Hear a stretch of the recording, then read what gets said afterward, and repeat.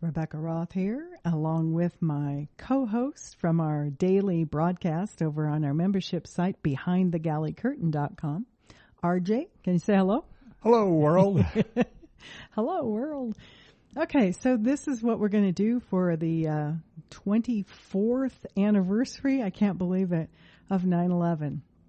We're going to put together this show, and I have found in my I have so many notes in this on this story in my files, some just fascinating video clips, and hopefully most of them are news clips, so they hopefully YouTube won't dock us and stop it from happening. If it does, we'll go over to our Rumble channel because they won't do that. Some really interesting stuff, man. This is an eclectic collection of things that, looking back now, we look back at everything, we look at hindsight. We have 24 years of hindsight. We have things now that people have realized that their passport survived, and it was the wrong photo in the passport. The hijackers are still alive, and so we've been lied to. And I think you're going to enjoy this. What do you think, RJ? I think this is I've kind of shown you the video clips that I have. Well, it's definitely eye-opening, and it's something that you absolutely need to see. And I think your commentary that explains what these pictures are and what these videos are and what they depict is going to be very interesting. Yeah. So we'll, without further ado, we're going to launch into some news clips here from 9/11 and some other years and months and days right afterwards, so you'll be able to see how it goes. BuzzFeed dug up an old quote from Donald Trump talking about a large-scale terror attack 19 months before 9/11. In his 2000 book, The America We Deserve, Trump wrote, "I really am convinced we're in danger of the sort of terrorist attacks that will make the bombing of the 1993 Trade Center look like little kids playing with firecrackers." Trump also mentioned the mastermind of the attack, writing, quote, "One day, we're told that a shadowy figure with no fixed address named Osama bin Laden is public enemy number one, and U.S. jet fighters lay waste to his camp in Afghanistan. He escapes back under some rock, and a few news cycles later, it's on to a new enemy and a new crisis." All right, RJ, what'd you think of that? That's kind of interesting. Well, the fact that Mika has put this out and that it represents what Donald Trump knew prior to 9/11 is very, very suspicious.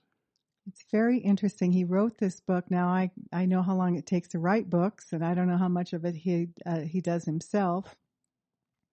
But just the process of getting it written, edited, put in print, it takes quite some time.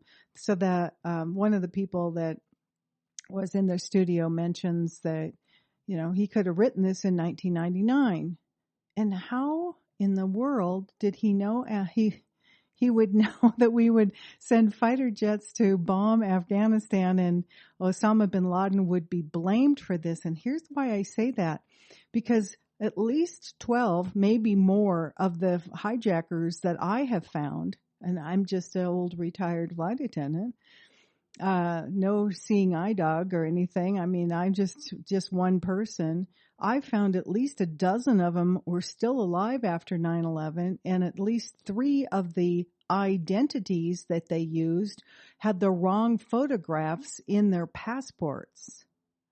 So 12 plus 3, well, we're down to about 15 hijackers at least, maybe more, and there were no hijackers on the passenger manifest. So, well, something else. Osama bin Laden was in a lot of different places before 9/11. He was in Sudan, he was in Saudi Arabia, and he was in Afghanistan.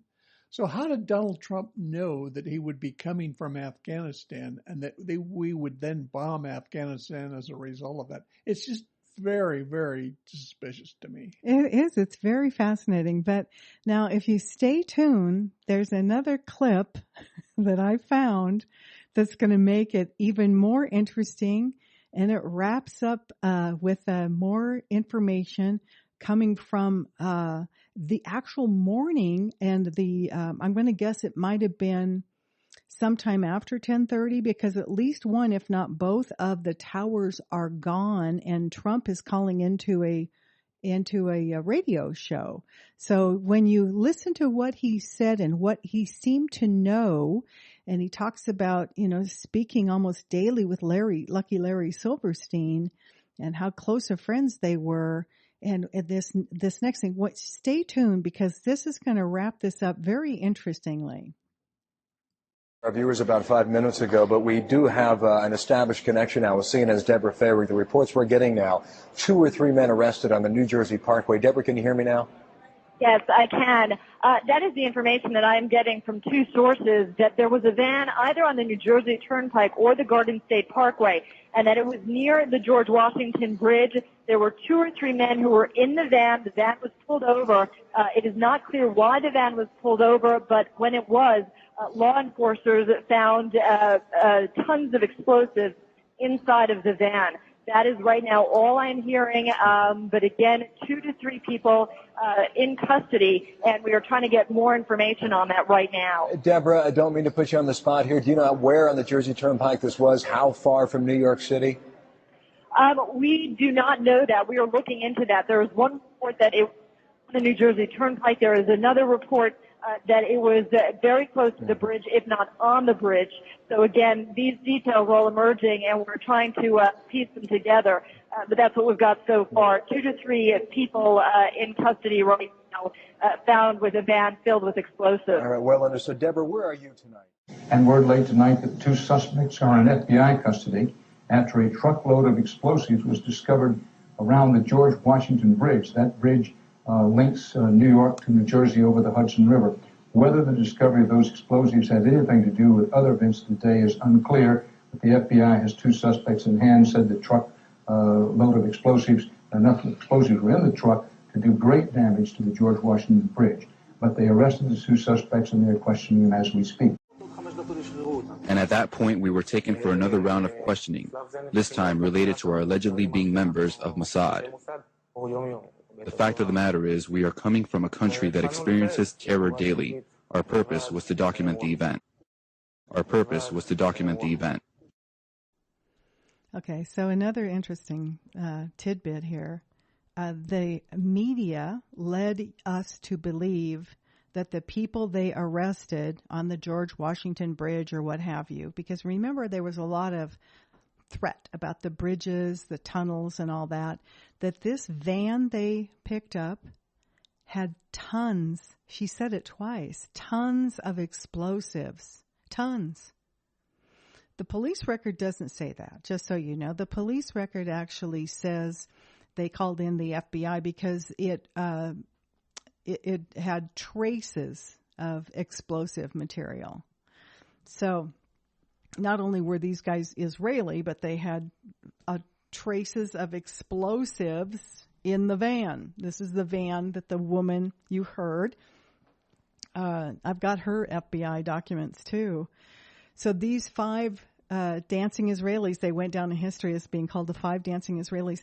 They went back to Israel and told their story. That's why some of it was in Hebrew and some of it is in English. And it said, they say right there, they were sent to document the event, which is what they were doing when the woman in the New Jersey apartment saw them in the parking lot. They were up on top of the van and stuff, up celebrating, and they were flicking their lighters and taking pictures with the towers smoking or burning behind them in the background. They were documenting the event, all right. Well, it's interesting because these guys were arrested. They were also, some of them actually were documented as being Mossad, in other words, spies from Israel. And our government, through the working of Michael Chertoff, by the way, Michael Chertoff has an interesting side story. His mother was, I believe, if not she was one of the first flight attendants for El Al airline. Interesting tidbit. So a dual citizen with Israel himself, and he managed to release them. I think they spent, I want to say they spent 5 weeks in custody, and then they were sent home.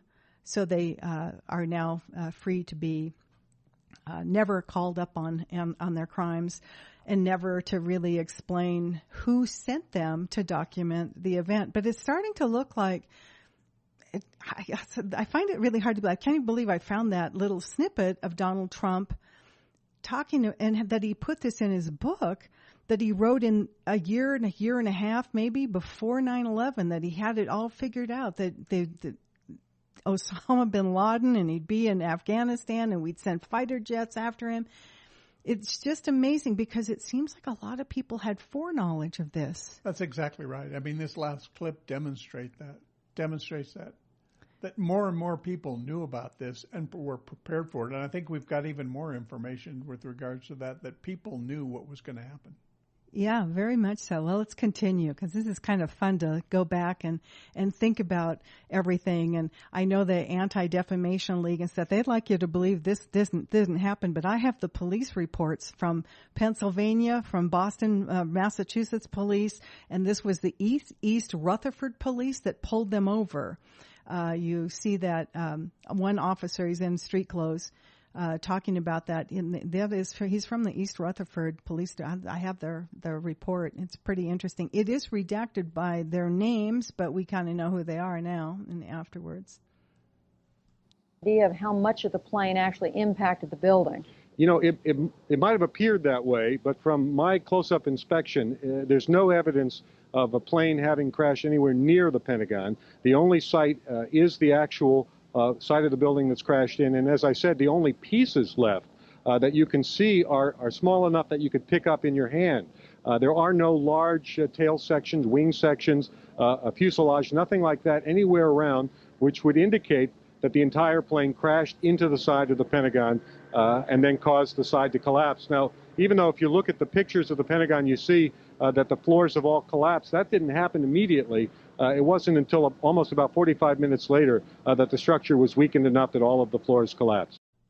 Well, this is interesting, because Jamie McIntyre being right there, he kind of fits right in with other eyewitnesses that have come forward to me to tell me that there was no plane, there was no sign of a plane crash. And let me just tell you, from the inside of the airline industry as a flight attendant, once we were able to discuss this, and we did oftentimes eventually on layovers, and, you know, when you're, you know, on a long flight, maybe you go visit the pilots, help them stay awake and stuff and talk. We started talking amongst ourselves, as it were. There were two things about 9/11 that we just couldn't believe. One was the Pentagon situation, because there was no tail section, no large airplane parts that we knew that would be there. And Shanksville, same thing. There was no sign of a crash. So, and again, Jamie McIntyre mentions, there was no wing pieces, there was no tail section, and the tail section on the 757 is really quite a large piece. And you remember looking at the videos, RJ, where you saw these guys, they were looking down like they were looking for somebody's contact lens. And as God would have it, he brought to me one of those guys who was actually in that lineup, who was a Special Forces soldier. And he guaranteed me that there was no crash of a 757 at the Pentagon that day. We have another eyewitness that had landed and was to have a meeting at the Pentagon, and was going to stay at a hotel like right across the street. And he has an interesting backstory too. But everybody that he heard, there was a bunch of high-ranking officers that were along in the lobby in the phone bank there, talking to their spouses and stuff, saying there was an explosion. No one mentioned airplanes, just explosion at the Pentagon, explosion. Another thing on the NBC News thing, when Katie Couric, I think it was, talking to their person who was embedded at the Pentagon, and there was no one at the Pentagon that believed it, and it was Katie Couric, I believe, the news lady, that said, we are being told an airplane hit. But the people that were in the Pentagon, the guy she's talking to, said it was an explosion, and nobody knew that. So I've had a half a dozen people from the Pentagon actually not only have they read the novels, but they've reconfirmed each other's eyewitness stories for that there was no 757. So you'll probably want to know, where was it? Well, one of the questions you've always asked is, who exactly was it that Katie Couric was referring to? Yeah. Who is the we that are they that are are telling us that there was a plane that hit the Pentagon? That's part of the story. Someone was orchestrating the media. That's who the they are. They were telling us, and so the same thing happened with. And if the YouTube allows the anniversary show that we did, we went through. I was alone on this one. I went through in 2022, I believe, was an anniversary show that I did for Behind the Galley Curtain and the membership site about this, and I used their. The first 20 or 30 minutes of the news breaking. And I found it very interesting because they were convincing people that it was a large airplane, or the eyewitnesses only saw explosions that were underneath the Pentagon. There were people that didn't see a plane at all. They just said an explosion. I was standing right here. I didn't see a plane. I just saw an explosion, that kind of thing. And then they convinced those people on the ground for their audience. Now, we are being told it was flight such and such, or this, that, or the other thing. It's interesting because the air traffic controllers didn't know. I have their data too. So I've built a lot of timelines. So like, okay, now if I'm listening to the news, and the thing about that NBC one, it's still available on YouTube, is it's all time-stamped. And I know the timeline so well that I found it really interesting that in listening to some old news not too long ago, some news snippets there from NBC News, I believe, whenever they go to the video that shows an airplane going into the South Tower, it's a completely different color than the sky was that day. I'll point that out to you because you're going to see it a lot, because I'm sure during the anniversary they'd like to bring that up and show you that over and over. It's different. It's a very gray coloring, as if it's a different time or day, or maybe some kind of AI reproduction, because we know the planes all four landed, because we have eyewitnesses to the landing over at Westover. Eyewitnesses for all four planes. So let's carry on, shall we, and see what's next. Telling me that they were not sure they were going to be able to contain the fire. And I said, we've had such terrible loss of life. Maybe the smartest thing to do is pull it. And they made that decision to pull, and then we watched the building collapse.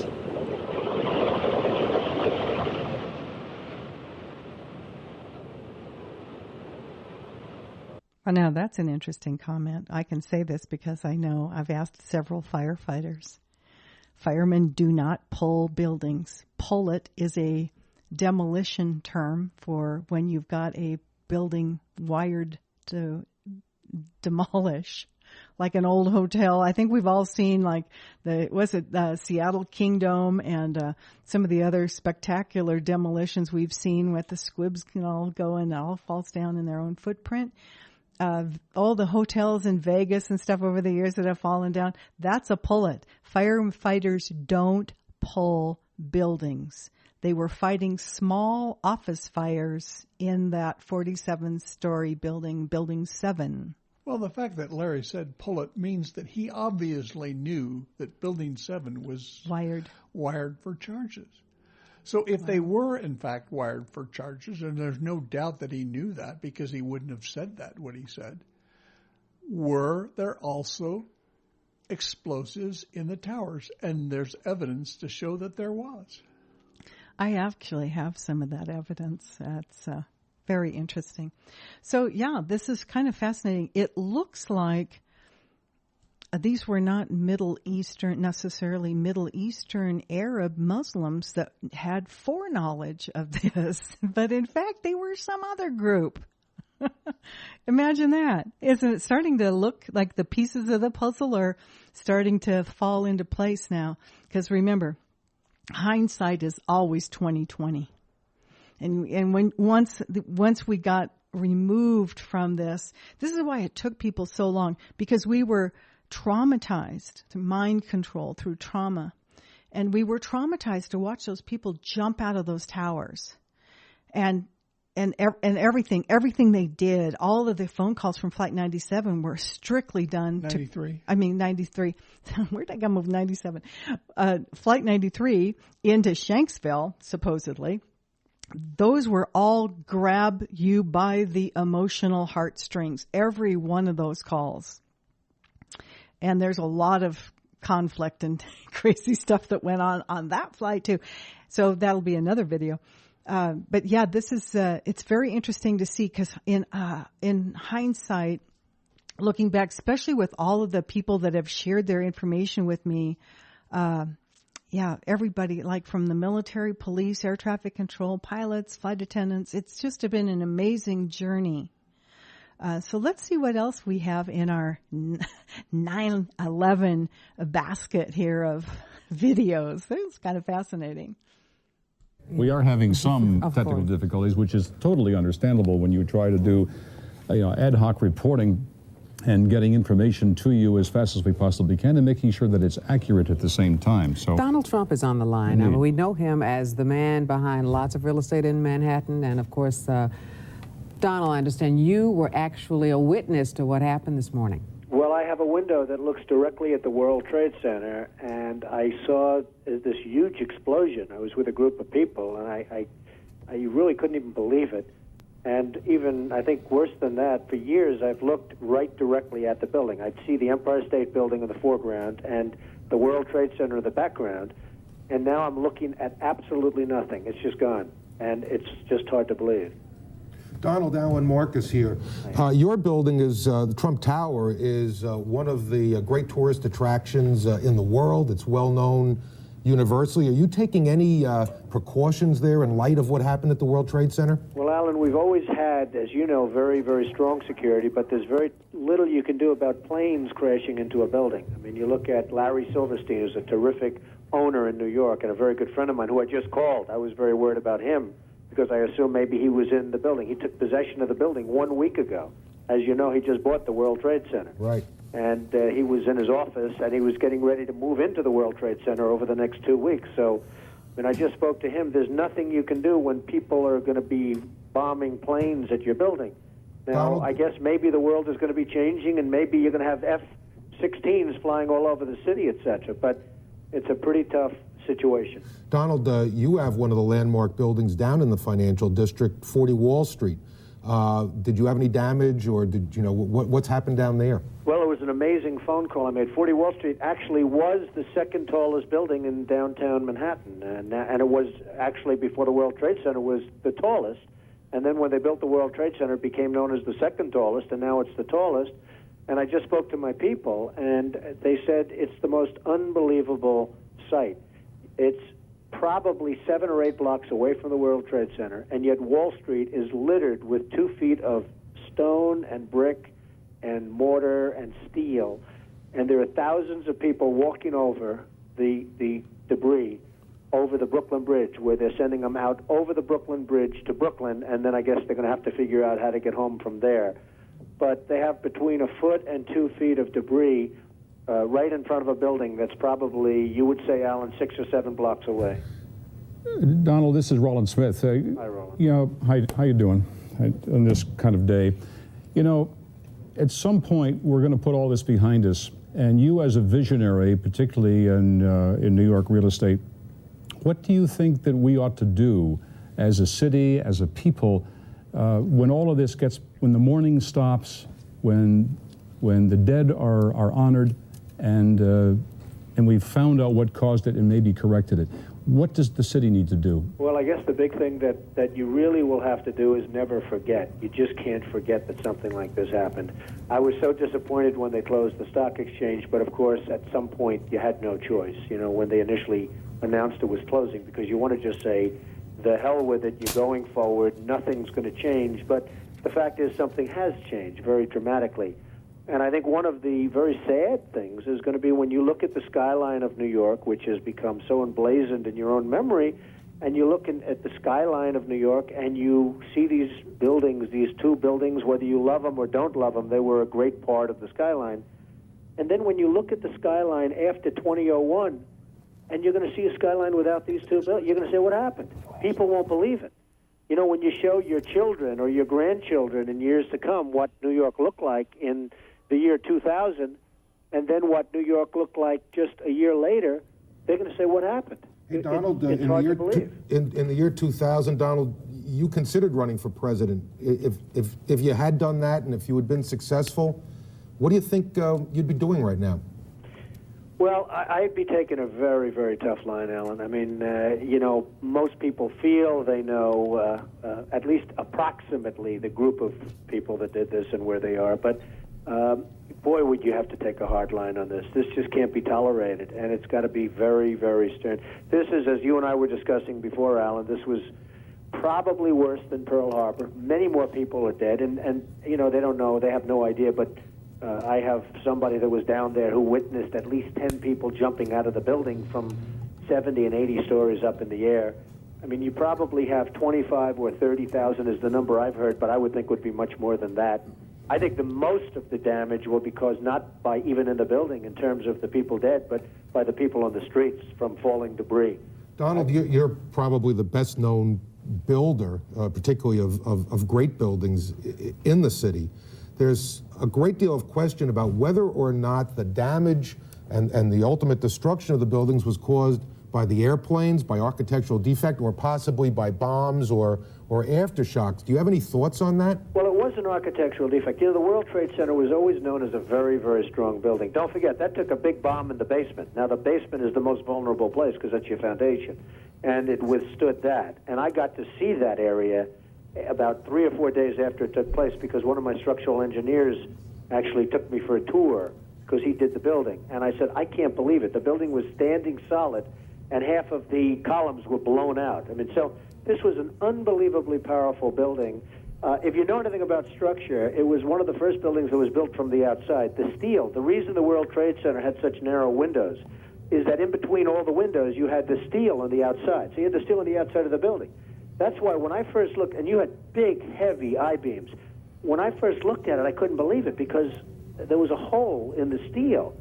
And this is steel that was, you remember the width of the windows in the World Trade Center, folks. I think you know, if you were ever up there, they were quite narrow.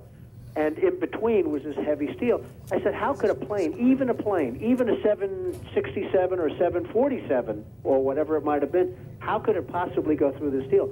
I happen to think that they had not only a plane, but they had bombs that exploded almost simultaneously, because I just can't imagine anything being able to go through that wall. Most buildings are built with the steel is on the inside around the elevator shaft.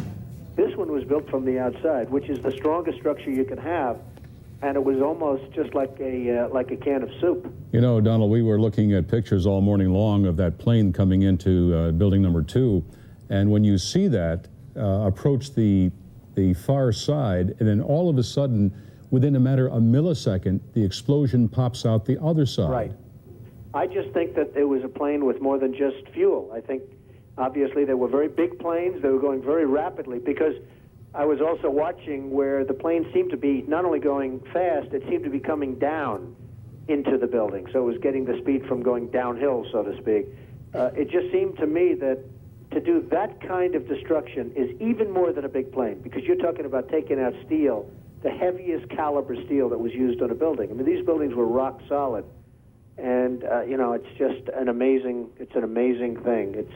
This country is different today, and it's going to be different than it ever was for many years to come. Very profound statement and very true. Donald, one last question for you.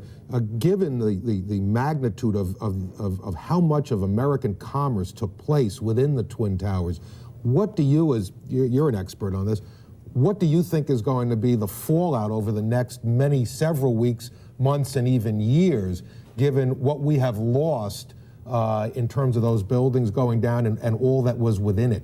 Well, I, as an example, Alan, and you might use them too, but I have an insurance company that was on the 102nd floor of the World Trade Center. They're gone. I don't know who's gone. I don't know anything other than their offices are no longer there. They're wiped out. The Morgan Stanley group, you know, Morgan Stanley, a big, powerful firm, they had 50 stories in the building, gone. I mean, you're talking about some firms that are just gone.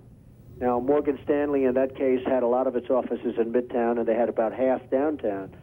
Morgan Stanley's a big, powerful firm. They're gone. Many firms had all of their offices, as you know, in the World Trade Center. It was 8 million square feet. 8 million square feet is the size of some cities. And we had 8 million square feet in the world, 4 million in each building. They were huge buildings, not only in height, but each floor was 50,000 feet. They were monstrous floors. Each floor was almost a city in itself, and they had 110 floors or so. So, many firms that were easily recognizable for those of us in the financial worlds, for those of us that read the papers and see the financial pages, they're going to be gone. I mean, they're just not going to exist anymore. They're gone. Donald Trump. Many of the people are gone with them. Donald Trump, thank you so very much for joining us. Thank you we all. really Good luck. appreciate it. Thank you. Same to you. You too. Well, now that was interesting, wasn't it? So we're getting close to our close here. And I thought that was, since we started this with Donald Trump's book that he wrote in 1999, 2000, published in 2000. So he knew that it would be blamed on Osama bin Laden. But in retrospect, with all the information that's come forward from our military, from our Pentagon, from government, from FBI, I have so many people that have come forward that the hijackers were still alive. They were associated with intelligence agencies, even including the Israeli intelligence agency, Mossad. They were still alive after 9/11. They never got their names on the passenger manifest because their butts were never in a seat, as we would say in the industry. They were not on the plane. They were not on the plane. There were no Arab hijackers. There was something else going on, and I think we've got it all figured out pretty much. But this is fascinating to see because we started with Trump having some kind of mystical foreknowledge. Was he just shooting from the hip? Did Larry Silverstein talk to him about this? Because Larry had just, I want to say I think it was in July, near the end of July, I don't know for sure, bought these two towers. And so Donald Trump apparently talked to him like almost daily. They were very close friends. He called him the morning of 9/11 because Larry every day ate breakfast up there in the windows of the World.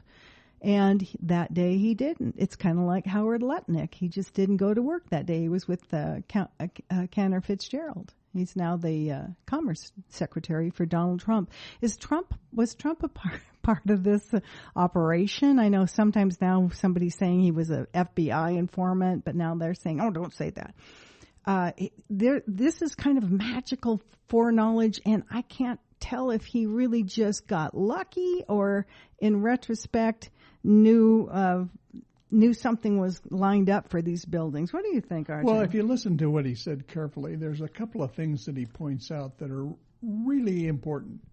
Mm-hmm. He talks about the fact that the steel was on the outside of these buildings. And you have always said, when you first saw the video of the plane going through the South Tower that was like a hot knife through butter, there is absolutely no way that could have happened. If it had have penetrated the steel going in, it certainly couldn't have penetrated the steel coming out. And that's what you see in that video. You see it go right through the building, and that can't happen. And Donald Trump knew it couldn't happen because it was so reinforced with the steel and the way it was structured. That's why he was convinced there had to be bombs set in the building. And so he did mention that. Yeah, and actually they found thermite there, so thermite would be able to burn through the steel. And remember, if you'll remember, and you guys, now that you're hearing this, you can go back and find all the videos.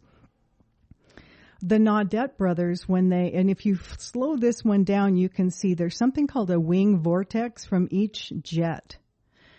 On that, if you go to the gear in YouTube and slow that down, which is the airplane hitting the North Tower that the Naudet brothers were doing a documentary about the New York firefighters that day.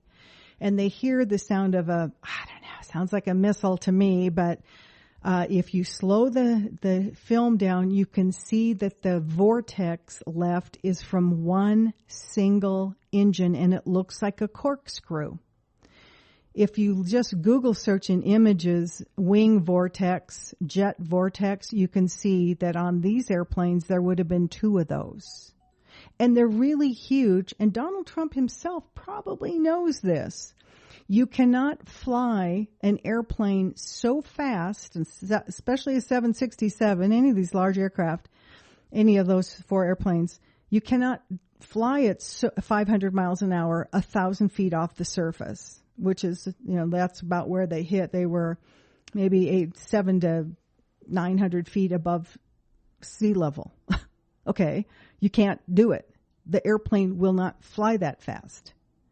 So they would have been going slow enough that you can see a 767 going probably 200, maybe 250 knots. You can see it. They're huge. What's interesting is while we were listening to that, I went on the Google Maps and found 40 Wall Street. Now, if this is where his office was, he's talking about, when he saw this, he's a third of a mile from the southeast corner of the South Tower. He would have seen an airplane. Well, he does say something about an airplane, but in earlier reports and interviews, he only refers to an explosion. Now, after the North Tower was hit, which I can understand he wouldn't have been able to see anything there, but remember the cookie cutter effect where it showed even the wingtips cut out?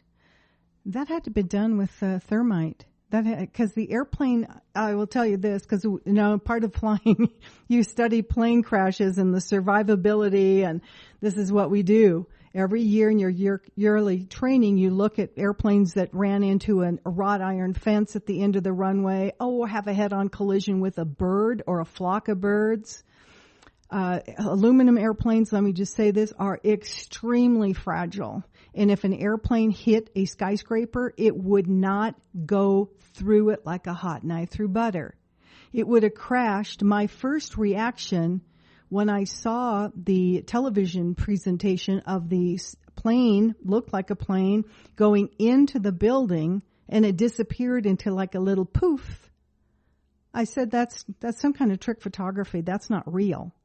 I thought it was somebody just playing with me, like there was a new War of the Worlds version coming out. There was just some fake thing messing with me. I was like, that's not real, because that's not what really would happen. And because of the phone calls and because of all that activity, because of all the eyewitnesses at Westover, we know that the planes actually had landed and they had to have been on the ground to make the phone calls in 2001. So my reaction was that there was some kind of joke or trick photography. My first reaction was, oh my God, that plane is going to hit and literally explode on the outside of that building, because that's what would have happened. It would have exploded and fallen down on the ground. And I'd been in that area. So I'd been to the towers. I'd been over layovers. We used to have really long layovers in New York. And it's a very busy area. It's full of people. And that was my first reaction was, oh my gosh, all the people on the ground, because the airplane would have exploded on the outside. But that's not at all what we saw. That's just not it at all. And I have a video that I want to end this with, that I'll just introduce it to you right now. And it's from somebody who was just across the way, had a perfect view of, I believe the east side of the North and South Tower. Does that work? I think it was the east side. And he went up to the roof and took a home video, and you can see through where the plane supposedly came from, where the media shows you a plane came from. And you can't see an airplane. I don't care how many times you rewind and watch that. There's no plane. And you see the explosion, and it goes right through the building as if a missile maybe would have done something like that. But what's missing is the airplane. And he was with a group of people, and there's no audio on this one, but he was with a group of people, and they all saw an explosion, and not one person said or saw or thought an airplane. Now, obviously, none of those people thought an airplane hit the first building either, because... The other thing that's really interesting is this video didn't come out for a long time. Right, yeah. It was... 20 years or more before it actually made I think where 20 people years. could see it. Yeah, interesting. Another thing I found interesting about Trump's comments, did he coin the phrase "never forget"? That became like the T-shirt and the sticker and the whole thing with the towers. Never forget. And then he also used something else, the Project for New American Century, the neocons that really run our country. In their paper, they wrote the need for a new Pearl Harbor. And did Trump know that? Did he read it? I don't know. I'm just wondering. It's beyond coincidence at this point to me. But that he was a third of a mile, if he was in that 40 Wall Street, southeast of the South Tower. And how in the world he could possibly try to convince us that an airplane descending was going so fast that you couldn't see it. I mean, it was just so fast. It went by so fast. This is a huge freaking airplane. It's just like you just go to an airport and put on the Flight Radar 24 and look how big an airplane is at 1,000 feet off the ground.